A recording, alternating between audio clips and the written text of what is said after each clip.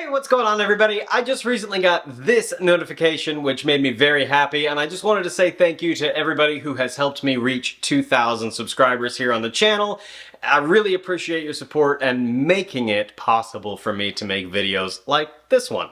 So today we are checking out what is on my iPhone 16 Pro Max. I have had this since it came out, and I've settled on a layout that works pretty good for me. I've pretty much put all my icons that I use on a regular basis kind of right here on the bottom, which makes it really easy to tap on whatever icon I need, because I was really happy with my 12 mini. It was easy to hit the whole screen, and this screen being larger, this layout has made it really easy to still do all that. So right here on the home screen, of course, I've got the YouTube app. I like watching YouTube videos. It's probably my streaming platform of choice. I just like watching other creators and their content. I also have the Starbucks app. If you know me personally, you know I love some Starbucks. I actually have enough stars to spend on merchandise in the store. I need to go use some stars apparently, but I love Starbucks. I go to Starbucks quite a bit, so it is actually the easiest app for me to hit on the home screen. It's super convenient and right there. Next to it, I have ChatGPT in case I have any questions that I need to run through AI. Apple's built-in AI has not been impressing me, so I have actually still been relying on ChatGPT quite a bit. Then I have the clock app. The clock app is really here so that I can set alarms to get up in time for work, but also it's just convenient because it shows the time and it's really easy to just look at that, even though I have an Apple Watch, and see how much longer it is until whatever I need to do. It's really nice. I have a games folder. I don't use it often, but I have enough storage on this phone to have some games on here, so I have a few just in case I get bored. I have something light that I can do and a couple that are just fun. But I have Jetpack Joyride, which is a fun game, of course. I'm pretty sure everybody knows that one. Fruit Ninja Classic. Hot Lava, it's always been one that I really like on the channel. I've talked about it before in reviews. It's an Apple Arcade game, and it's just a lot of fun. It's got a lot of graphics to it and whatever, so it's just kind of a fun one to jump into. I always like hopping in here and showing off this game, especially to people who have never played it before. It's just really fun. Solitaire Plus, this is another one of those just mindless ones. Again, it comes on Apple Arcade, but you can just kind of hop in here in the app and play a quick game of solitaire if you want, which is kind of nice. It's just something easy to do, mindless. You can come back to it whenever you got a minute. Temple Run, oh, this is a classic. Anybody who was in middle school around the early 2010s or whatever, you know about Temple Run, and it's still just as popular. This is the Plus version from Apple Arcade. Of course, there's not really a reason to go in depth here, but it looks so nice at 120 hertz on this iPhone. Scaled up, taking up the whole screen. I love it. And I'm trying to get out of here. There we go.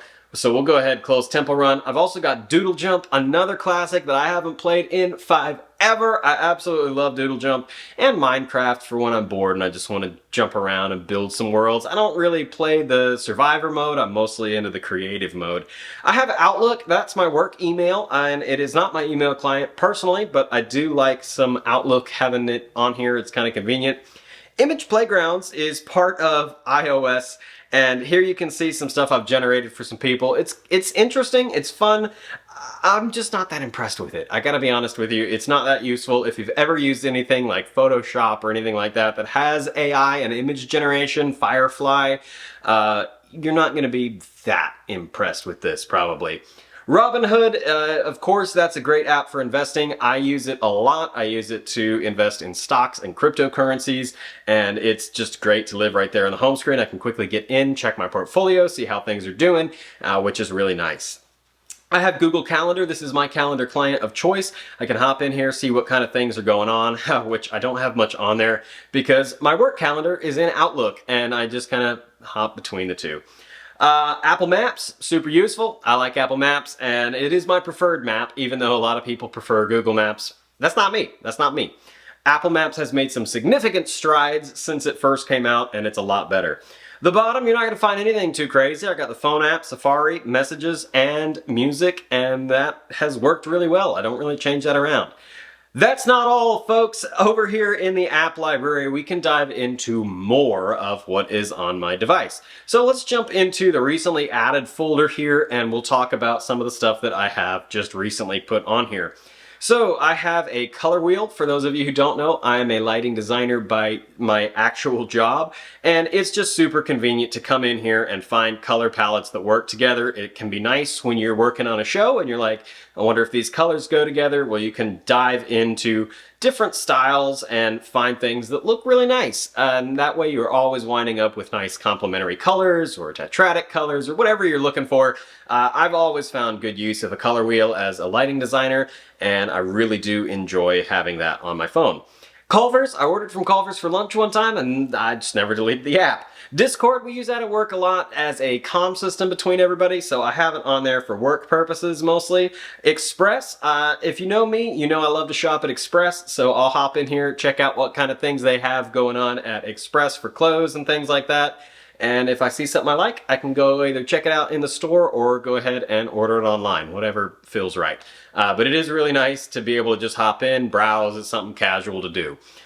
HBO Max, I have been watching a lot of HBO Max lately, and it may not let me show you this, but I have been streaming the show Young Sheldon on here, so I've just got it on my phone in case I have a few minutes to catch up on an episode or two. Then I have Instacart Shopper. If you've watched some of my videos on here, I did Instacart full-time for about a month, and I still do it occasionally just for a little bit of side hustle income. And the last thing I have is Test Flight here, which I have been using to beta test a friend of mine who is developing an app to tell you when it's golden hour. Social media is all in that folder. You pretty much know what those icons are, and yeah. Next is Productivity and Finance. In here I have the apps that you think I would have. I have my Google Drive. I have Duo Mobile, which is a two-factor authentication app, as well as Gmail. That is my preferred email client of choice. I have an app called Neo Remote. This is for me to control the lighting console at my job, so I can control my submasters, and I can also put in different commands on the command line when I'm working on a show. So that's super easy. It's great being able to remotely control it from wherever I am. If I'm up in a lift focusing lights, I can kick lights on and off and things like that. Then I also have an app for my banking. That would be the Truist app down there. Super handy to have that at all times. And yeah, that's about it for that folder that's super interesting. Let's dive into the creative app, shall we? I have the Blackmagic camera. This is a great camera app. It gives you full control over your iPhone's camera. It lets you dive into all of the settings like shutter speed, frame rate, which lens you're using, and I really like it. And then there is also the Final Cut camera. It's basically the same thing, but if you like Blackmagic's Pocket Cinema cameras and stuff like that, then you will feel right at home with the Blackmagic camera app. As far as that goes, LumaFusion has always been my iOS editor of choice, as I don't have an iPad compatible with Final Cut yet, so this has been my go-to app of choice right now, and I really like it. It has a lot of really in-depth features, far better than anything else I've come across. Alright, another app I really like is the Lightroom app from Adobe. You can hop right in here. I recently did some wedding photos and I was able to edit a lot of them really in-depth and detailed right here on my phone through Creative Cloud. If you are a photographer or are into photography, it is well worth it to get Lightroom, especially when you can have it on your phone. You can snap a photo with your iPhone, edit it right on the phone, upload it right on the phone. Super convenient. I actually really like having that app. It's probably one of the better ones. Inside of the entertainment folder, I do have the Hard Rock app. Sports betting is legal and sometimes it's fun to do. I don't do it often. I actually have only done it once, but it was a good time. And it did work out in my favor, in case you were curious. I have the Amazon app here in shopping, because who doesn't have the Amazon app? Not that I'm a big Amazon shopper. I prefer to find things in the store, but, you know, it is what it is. Crumble, let's see what we got this week. We got Jimmy Fallon, we got the Oreos and cream. I'm a big fan of Crumble. We recently got one near me, and I'll go there from time to time and get a cookie if I am in the mood for that. I do use Reddit quite a bit. I've got Reddit on my phone here, and I will jump in here. I've got a group for lighting designers where you can ask questions and talk about different things. It's not really my group, but I'm part of it, and I follow it, answer questions, ask questions. It's great if you are into the theater world, and or any lighting aspects, that is. Let's finally jump into the other folder on my phone. I recently went to Disney, so I've got the Disney app on here. I have also got the Nano Leaf app. This allows me to control smart devices throughout my home, including the light panels beside my desk. So I do frequently hop in here and I can pick all kinds of different things, go into scenes, and we'll switch it over to Christmas right now because we're already in here and it is Christmas time. I've also got the Zillow app because I like looking at houses that I can't afford.